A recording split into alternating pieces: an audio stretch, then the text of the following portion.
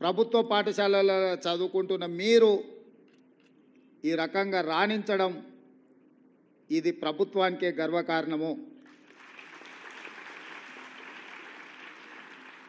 నారాయణ కాలేజీలో ర్యాంక్ సాధిస్తే నారాయణ గారు ఫోటో దిగి ఈ విద్యార్థులు నా కాలేజ్ అని చెప్పుకుంటాడు. ప్రభుత్వ పాఠశాలలో మీరు ఈరోజు రాష్ట్ర స్థాయిలో రాణించి ప్రతిభను చాటితే ఈ ప్రభుత్వం నాది, నా ప్రభుత్వంలో చదువుకున్న విద్యార్థులు మీరు రాణించిందంటే మీరందరూ మా విద్యార్థులు. నారాయణ, చైతన్య లాంటి ప్రైవేట్ కార్పొరేట్ పాఠశాలలతో కాలేజీలతో మా విద్యార్థులు కూడా పోటీ పడగలుగుతున్నారు అని అంటే అది మా గౌరవానికి గుర్తింపు. ఇందులో మా ప్రయత్నం పెద్దగా లేకపోయినా మా ప్రభుత్వం పెద్ద ఎత్తున మీ పట్ల దృష్టి సారించకపోయినా మట్టిలో మాణిక్యాలుగా మీరు రాణించి ఈనాడు ఈ ప్రభుత్వానికి గౌరవం తెచ్చిపెట్టినందుకు విద్యార్థులందరినీ కూడా మనస్ఫూర్తిగా నేను అభినందిస్తున్నా. ఈరోజు ఈ దేశంలో ఐఏఎస్లైనా, ఐపీఎస్లైనా, ఐఎఫ్ఎస్లైనా వివిధ ఉన్నతాధికారులు మా ప్రభుత్వంలో పనిచేస్తున్న వాళ్ళు నన్ను కలవడానికి వచ్చినప్పుడు వాళ్ళతో మాట్లాడుతున్న సందర్భంలో నేను వాళ్ళని అడుగుతుంటాను, మీ స్కూల్ ఎడ్యుకేషన్ ఎక్కడా, మీ కాలేజ్ ఎడ్యుకేషన్ ఎక్కడా. ఎందుకు అని అంటే ఒక అంచనా వేయడానికి వీళ్ళు ప్రభుత్వ పాఠశాలలలో చదివినరా, ప్రైవేట్ కార్పొరేట్ స్కూల్స్లలో చదివినరా అని ఒక అంచనా కోసం నేను అడుగుతుంటా.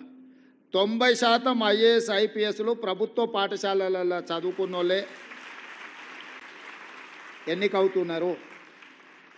అదేవిధంగా రాజకీయ నాయకులు ముఖ్యమైన హోదాలలో రాణించిన వాళ్ళు ఈ దేశం మొత్తం మీద చూడండి.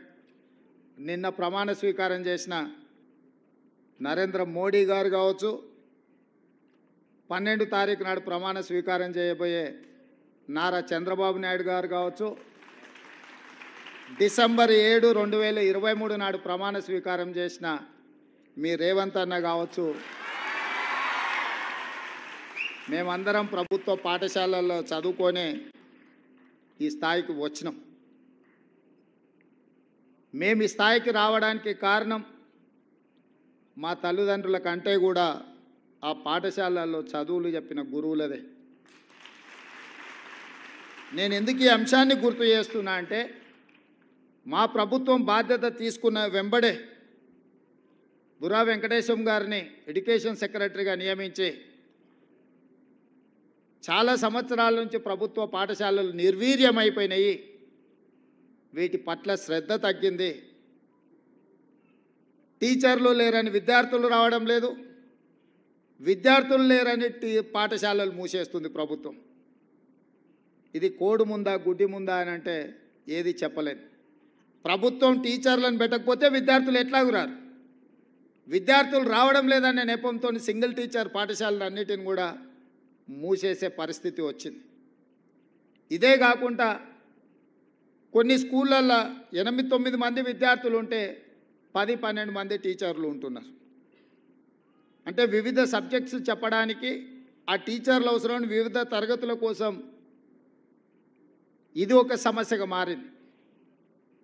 వీటన్నిటిని దృష్టిలో పెట్టుకొని తక్షణమే మెగా డిఎస్సి నోటిఫికేషన్ ఇవ్వాలి. సింగిల్ టీచర్ స్కూళ్ళను కూడా ముయ్యడానికి వీల్లేదు.